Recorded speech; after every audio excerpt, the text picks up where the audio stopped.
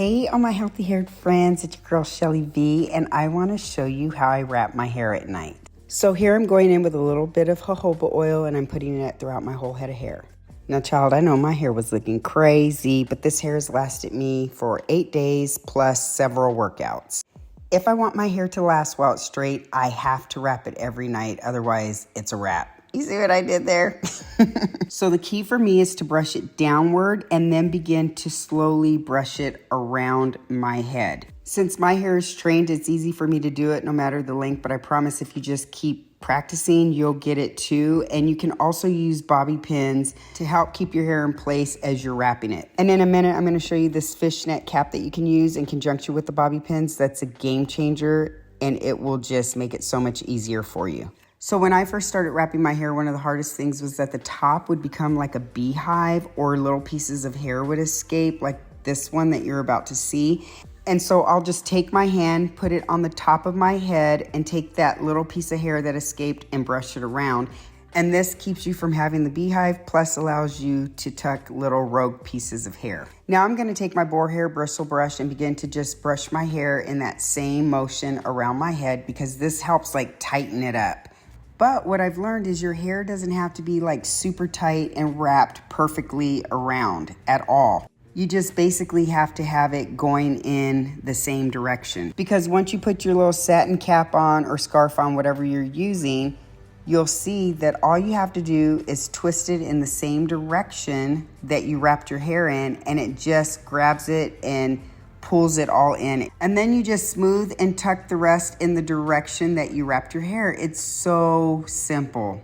And the more you twist that cap in the direction that you wrapped your hair, the tighter the wrap becomes underneath that cap.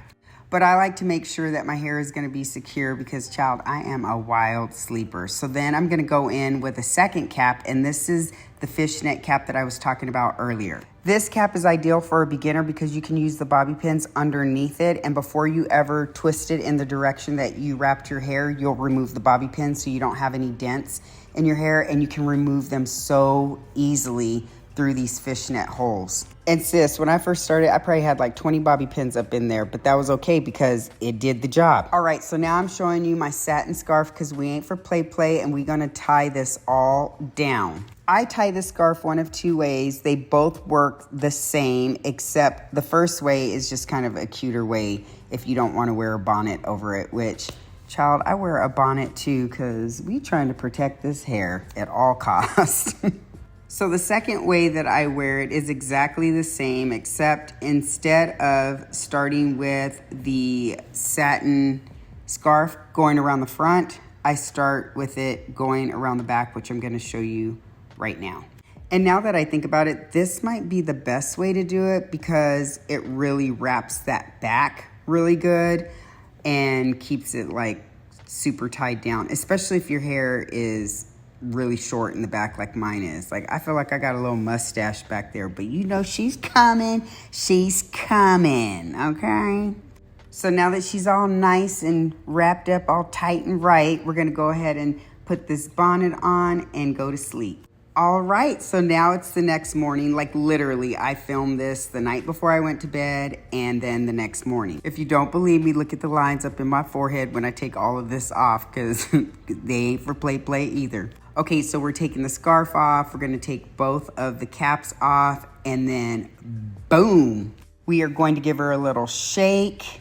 And then we're gonna take our Tangle Teaser comb and begin to comb down the hair and just style it the way we want it to look for the day. So the way my hair is cut, I can wear it honestly to either side. I can wear it to the left or to the right. So you're gonna see me show you both ways of how that looks. And I'm not sure which way I like it. Which way do y'all like it?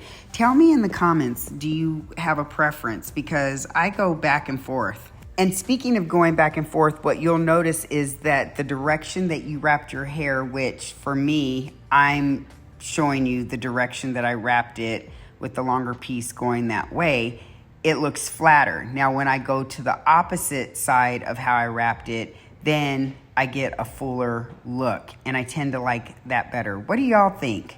Also, what you will notice is that when I turn around to the back, the hair will kind of be going in the direction that I wrapped it.